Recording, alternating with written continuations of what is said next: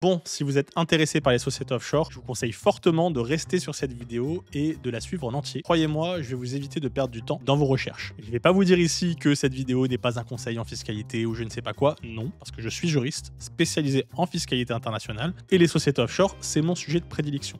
Et c'est le sujet que j'aborde le plus souvent avec mes clients lors des consultations. Donc je sais parfaitement de quoi je parle et croyez-moi, le nombre de personnes qui sont venues me voir après avoir suivi des idioties sur internet et qui sont retrouvées avec des galères, je ne les compte plus. Donc restez bien attentifs, vous êtes tombé sur la bonne vidéo.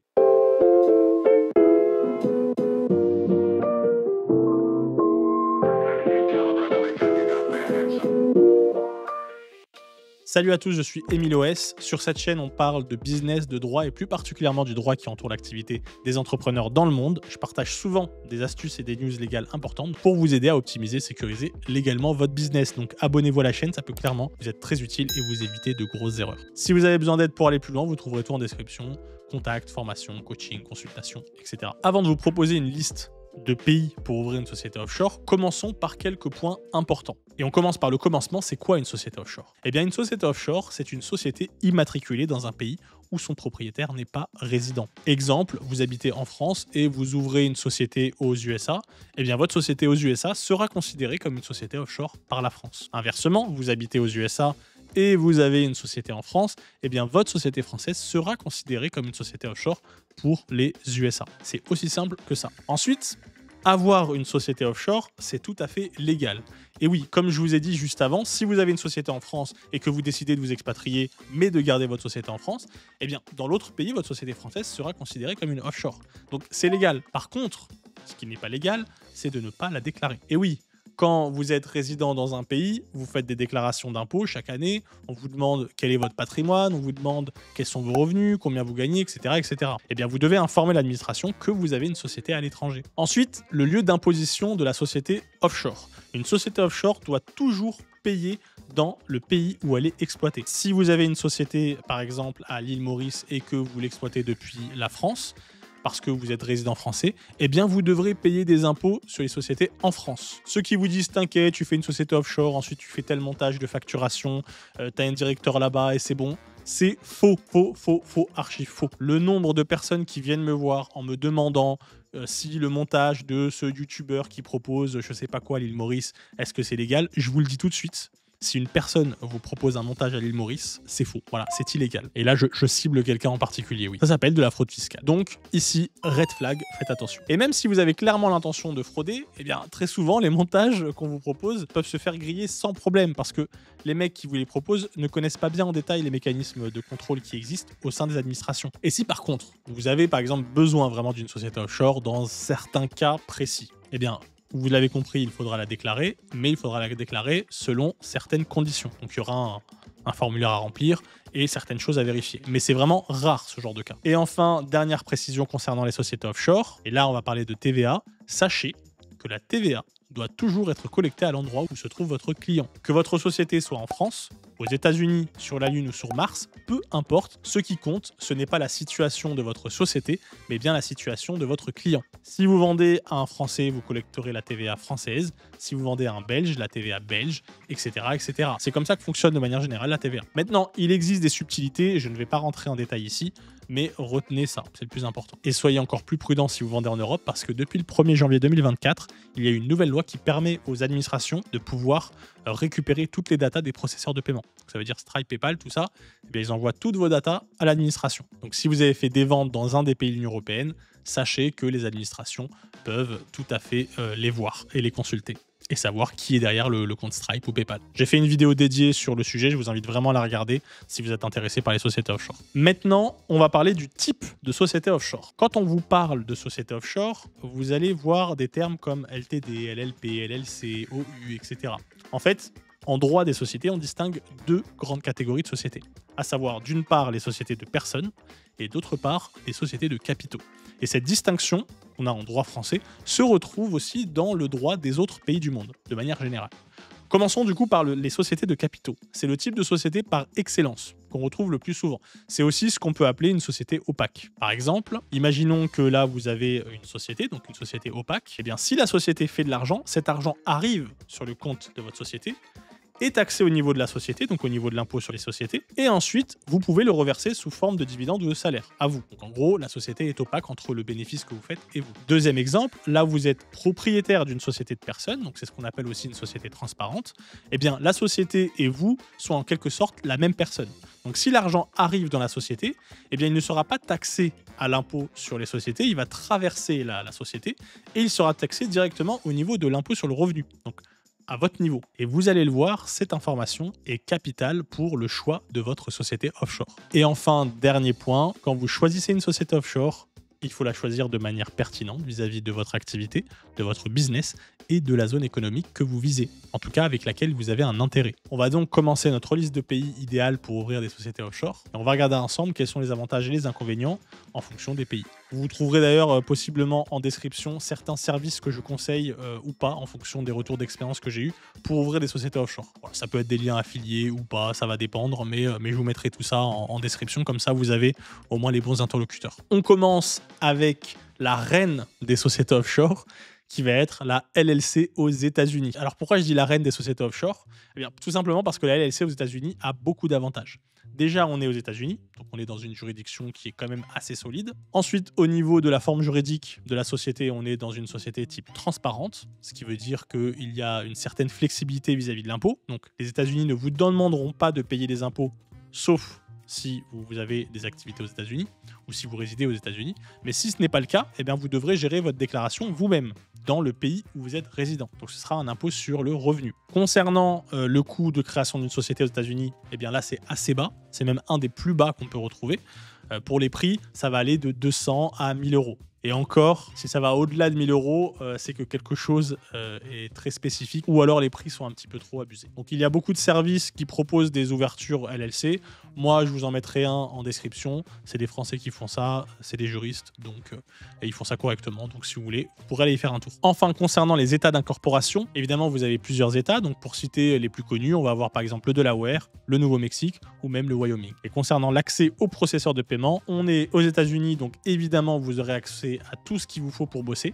Par contre, si vous n'avez pas de clients aux États-Unis, en tout cas, si votre marché se trouve en dehors des États-Unis, eh bien là, il faudra vous attendre à devoir payer des frais supplémentaires et également des frais de conversion, notamment si vous vendez en Europe. Au niveau des frais Stripe, on sera sur un taux standard de 2,9% par transaction, plus 30 centimes. Et si vous n'encaissez pas en dollars, eh bien là encore, il faudra ajouter 1%, ce qui vous fait au total de 5,4% de frais Stripe. Donc il faut en être conscient. Ensuite, on continue avec la Hong Kong Limited. On part en Asie cette fois, et ici, on est dans une société offshore qui peut être intéressante, surtout pour les personnes qui ont des intérêts en Asie, en tout cas avec l'Asie. C'est-à-dire que peut-être que vous avez des transactions à faire en Asie, peut-être que vos fournisseurs sont en Chine, bref, tout ce genre de situation. Et à ce moment-là, ça peut être vraiment très pratique, car ça va être une sorte de pont en fait entre l'Extrême-Orient et l'Occident, cette société à Hong Kong. Et au niveau de la fiscalité, ici, on est dans un système de société opaque, donc il y aura par défaut un impôt sur les sociétés qui devra s'appliquer de 8,25 à 16,5%. Mais néanmoins, à Hong Kong, il est possible de ne pas payer cet impôt sur les sociétés si vous n'avez aucune activité à Hong Kong. Et donc pour ça, il faudra faire une certaine démarche pour bénéficier de cette exemption et payer un audit qui peut être plus ou moins coûteux selon les agences que vous choisissez. Donc renseignez-vous sur ça avant de vous engager dans les démarches. Et encore une fois, je vous le signale, si vous ne payez pas de taxes à Hong Kong, eh bien il faudra payer des taxes dans l'endroit où vous résidez. Ensuite, concernant l'ouverture de compte en banque, ce n'est pas la juridiction la plus simple, mais c'est tout à fait possible. À ce moment-là, je vous conseille de regarder si les services qui vous proposent des sociétés offshore vous proposent également un accompagnement pour ouvrir un compte en banque. Ça, c'est l'idéal. Parce que sans compte en banque, eh bien, la société offshore ne sert à rien. Maintenant, au niveau du boulot, eh bien, à Hong Kong, vous trouverez aussi pas mal de services. Vous aurez évidemment Stripe, PayPal, etc. Et pour Stripe, pour avoir un petit ordre d'idée, si vous encaissez des transactions, eh bien, les frais vont être de 3,4% de base, plus 30 centimes. Et ensuite, si vos clients payent avec une carte qui n'est pas de Hong Kong, eh bien, il faudra rajouter 0,5% de frais. Et enfin, s'ils payent avec une devise qui n'est pas la vôtre, en tout cas celle de votre compte Stripe, et bien là il faudra encore ajouter 2%, ce qui nous fait au total des frais Stripe de 5,9%. Ensuite, pour notre troisième pays, on revient en Europe, et là on va parler du Royaume-Uni. Déjà, il faut bien comprendre que le Royaume-Uni, c'est sans doute un des pays les plus populaires avec les États-Unis pour ouvrir une société offshore. Le pays regorge de sociétés qui vous proposent des services d'ouverture de sociétés offshore dans tous les sens. Et évidemment, les deux principales sociétés que vous pouvez ouvrir, c'est la LTD ou la LLP. Et là, pour le coup, vous avez le choix. Pour la LTD, on est sur une société de capitaux, donc une société opaque, ce qui veut dire qu'il y aura un impôt au niveau de la société, entre 19 et 25%. Et si vous voulez ne pas avoir cet impôt, eh bien, il faudra faire certaines démarches et être bien sûr de ce que vous faites. Et la deuxième, c'est la LLP. Ici, on est sur une société de personnes, donc société transparente, hein. Et ce qui veut dire que l'impôt se fera au niveau des dirigeants. C'est-à-dire que vous devez gérer l'impôt de votre côté au niveau de votre pays de résidence. L'inconvénient de la LLP, c'est que vous devez être minimum 2 pour créer une société, contrairement à la LLC aux États-Unis où vous pouvez être seul. Voilà. Sinon, à part ça, la création est très rapide, très facile. Il y a plein de sites qui vous proposent ça. Donc franchement, ça glisse tout seul pour créer des sociétés au UK et c'est pas très cher. Concernant l'ouverture de compte en banque, là, ça peut être assez facile, mais depuis ces dernières années, on a de plus en plus de réticence de la part des banques. C'est-à-dire que vous pouvez être refusé pour créer un compte en banque. Là, il n'y a pas vraiment d'unanimité. Parfois, ça passe, parfois, ça casse. Ça dépend, donc à vous de voir. Par exemple, là encore, si vous voyez des services qui proposent un accompagnement pour les ouvertures de compte en banque, privilégiez ce genre de service. Et l'autre inconvénient des UK, en tout cas des sociétés au Royaume-Uni, hein, c'est que si vous avez votre marché qui est dans l'Union européenne, là, ça va être un désavantage parce que vous n'êtes pas dans le même marché économique. Exemple, si vous êtes un e-commerçant, ça peut être un petit peu plus compliqué vis-à-vis de la TVA ou alors faire vos démarches vis-à-vis de la douane. Et là, je le dis pour le Royaume-Uni, hein, mais cette remarque va être la même pour les pays qui ne sont pas dans l'Union européenne. Donc LLC aux États-Unis ou à Hong Kong, c'est la même chose. Si vous ciblez des clients dans l'Union européenne et que vous n'avez pas de société dans l'Union européenne, eh bien sachez que vous allez avoir un petit peu plus de complications pour être bien en règle. Enfin, au niveau des services pour votre business, pareil, vous êtes au Royaume-Uni, donc vous avez accès à plein de services très utiles, donc il n'y aura pas de souci. Pour prendre l'exemple des frais Stripe, là on est un peu dans une situation particulière. Ici, Stripe a prévu des frais spécifiques pour les clients qui sont dans l'Union européenne. Donc si vous avez des clients que vous encaissez au Royaume-Uni, donc là c'est les frais classiques, on va être sur du 1,5% plus 20 centimes. Si par contre vous avez des clients que vous encaissez qui sont dans l'Union européenne, donc avec des cartes de l'Union européenne, là les frais seront à 2,5% plus 20 centimes. Plus il faudra ajouter évidemment les frais de conversion, si vous faites de la conversion. Et par contre, si vous encaissez des clients avec des cartes de crédit qui sont ni au Royaume-Uni ni dans l'Union européenne, là du coup les frais monteront à 3,25% plus 2% de frais de conversion. C'est important de le préciser, je pense que la majorité des personnes qui nous regardent ciblent des clients qui sont dans l'Union européenne. Et pour cette situation, il faudra compter au total environ 4,5% de frais. Petite parenthèse, si la vidéo vous plaît, likez, abonnez-vous. C'est un petit clic pour vous, mais vraiment, ça m'encourage à faire plus de vidéos. Et ça fait une grosse différence pour la chaîne, donc allez-y. On continue avec, on va dire, la cousine du Royaume-Uni, à savoir l'Irlande. Alors, pourquoi je dis la cousine du Royaume-Uni? Parce que, en fait, on y retrouve les mêmes types de sociétés. On est dans un pays anglophone, on retrouve globalement pas mal d'avantages similaires dans les deux pays. Par exemple, pour le type de société, donc la fiscalité qui s'applique, on a la même chose. Vous avez d'un côté les limited company et qui sont le même équivalent que au Royaume-Uni, donc c'est des sociétés opaques de capitaux. Et de l'autre côté, on a les sociétés de personnes, les LP, voilà, qui sont l'équivalent de la LLP au Royaume-Uni. L'un est imposé au niveau de l'impôt sur les sociétés, donc à savoir 12,5%, et l'autre au niveau de l'impôt sur le revenu. Comme le Royaume-Uni, pour la limited partnership, il faudra être minimum 2.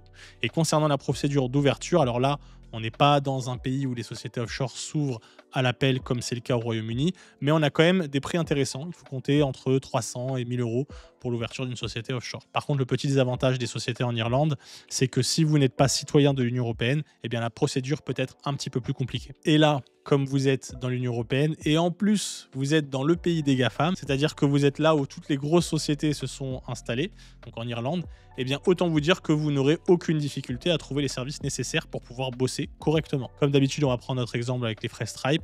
Ici, on est sur seulement 1,5% de frais Stripe pour toutes les cartes qui sont dans l'Union européenne. Et si vous encaissez des clients qui ne sont pas dans l'Union européenne, eh bien il y aura un taux spécifique, par exemple pour le Royaume-Uni, avec 2,5%, plus 2% de frais de conversion. Et si les clients ne sont pas au Royaume-Uni ni dans l'Union européenne, eh bien là, ça sera 3,25%, plus 2% de transactions. Donc là, on est sur le même système que le Royaume-Uni au niveau de Stripe. Donc pour résumer, si vous avez des clients dans l'Union européenne, ce sera que seulement 1,5%. Ensuite, on continue avec l'Estonie. Alors, l'Estonie. Pourquoi l'Estonie? Là, on est déjà dans l'Union européenne, donc ça, c'est un gros avantage, évidemment. Et je pense que le plus gros avantage en fait de l'Estonie, c'est la facilité à gérer et créer une société offshore. C'est-à-dire que non seulement l'Estonie se positionne comme étant une référence pour ce type de structuration. Elle a d'ailleurs créé le programme e-Residency, ce qui vous permet d'avoir un accès à toute l'interface administrative estonienne très facilement, de pouvoir gérer tous vos documents à distance. Donc là où dans d'autres pays, on va vous proposer des services de courrier, des choses comme ça, là-bas, tout est numérique. Donc au moins, c'est très simple. Et en plus, les frais de création sont très petits. Également les frais d'entretien de la société. Donc c'est simple et c'est pas cher. Même au niveau du comptable et tout, c'est vraiment intéressant. Et concernant le prix pour les sociétés offshore, vous pouvez compter aux alentours de 3, 4, 500, 1000 euros, ça va dépendre. Mais par contre, si on vous fait payer plus de 1000 euros, là, il y a un abus. Voilà, sachez-le. Du coup, ici, quand vous allez créer une société offshore, ce sera une OU estonienne. Les OU estoniennes, c'est des sociétés de capitaux, c'est-à-dire que c'est une société opaque. Mais là, la particularité, c'est qu'en fait, en Estonie, l'impôt sur les sociétés n'est pas applicable tant que les revenus ne sont pas distribués. C'est-à-dire que vous pouvez faire autant d'argent que vous voulez et garder cet argent sur le compte de vos sociétés. Tant que vous n'y touchez pas, personne n'y touchera. Alors, ça doit changer dans les prochaines années, à partir de l'année prochaine.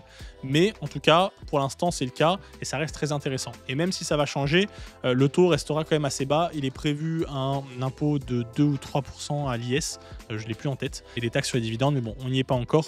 Quand ce sera le cas, éventuellement, je pourrai vous faire une vidéo là-dessus. Pour l'instant, je vous dis ça avec des pincettes, tant que j'ai pas plus d'infos. Pour la création de compte en banque, ce n'est pas très compliqué. En tout cas, je n'ai pas eu de mauvais retours vis-à-vis de ça. Donc là-bas, en Estonie, ce sera assez cool. Donc pas trop de crainte vis-à-vis de ça. Et en plus, si vous faites le déplacement, vous pouvez aussi ouvrir des comptes en banque dans des banques locales. Donc ça aussi, c'est très cool. Encore une fois, au niveau business, vous aurez tous les outils nécessaires. Et on va prendre l'exemple de Stripe. Au niveau de Stripe, ce ne sera pas la même chose que pour l'Irlande. On est à 1,5% de base, 2,5% pour les clients UK et 3,25% pour les autres dans le monde. Plus 2% de conversion. Donc voilà pour les 5 pays pour ouvrir des sociétés offshore. Évidemment, il y en a d'autres. J'aurais pu citer rapidement par exemple les Émirats. Mais les Émirats, je trouve que si on n'a pas d'intérêt aux Émirats, eh bien c'est pas avantageux. Et en plus, ça coûte cher. Donc pour moi, ça n'avait pas sa place dans ce classement-là. Voilà, j'aurais pu aussi citer la Suisse. Mais la Suisse aussi, qui est un très bon pays, vraiment qui coche beaucoup de cases. Mais la Suisse, c'est cher. Ça coûte très cher pour ouvrir une société et l'entretenir. Donc c'est pas pour tout le monde. C'est vraiment pour les personnes qui ont un certain capital avec de gros projets. J'aurais pu aussi citer Chypre, mais Chypre, il y a quand même une mauvaise réputation. Donc si vous souhaitez ouvrir des comptes en banque et avoir des business à l'international, ça peut devenir un petit peu plus compliqué. Je peux parler aussi de Singapour. Singapour, très bonne société, mais les points négatifs, ça va être peut-être au niveau administratif et au niveau du coût. Donc vous voyez, il y a plusieurs pays possibles. Les plus importants que vous devez retenir, c'est que quand vous ouvrez une société offshore, eh bien, il faut bien être conscient des points qu'on a vus ensemble au début de la vidéo, à savoir quel type de fiscalité est appliqué à la société, est-ce que je vais pouvoir avoir un compte en banque pour l'utiliser, comment je vais gérer ma TVA, par exemple, et comment je vais devoir gérer la déclaration de ma société au niveau de mon pays de résidence. Et il y a vraiment plein de choses à voir. C'est vraiment un sujet qui est très, très vaste. Pour terminer, si vous avez pour projet de vous expatrier, vous pouvez retrouver en description une masterclass gratuite sur la fiscalité des personnes et son fonctionnement dans le cadre d'une expatriation. Quoi qu'il en soit, si vous avez besoin d'aide pour aller plus loin, vous trouverez tout en description. Je peux tout à fait vous aider. Et enfin, dernier point, comme je vous l'ai dit, je suis moi-même juriste spécialisé en fiscalité internationale. Je travaille aussi avec un avocat fiscaliste qui est en France pour tout ce qui est gestion fiscale en France ou en tout cas avec des intérêts en France. Et j'ai aussi d'autres partenaires dans d'autres pays, donc d'autres avocats dans d'autres pays, pour vraiment vous assurer une sécurité et une optimisation optimale pour votre projet. Vous trouverez toutes les informations en description si vous avez besoin d'aide. Sur ce, j'espère que cette vidéo vous a plu et je vous souhaite un bon business à tous et on se retrouve dans une prochaine vidéo. Salut!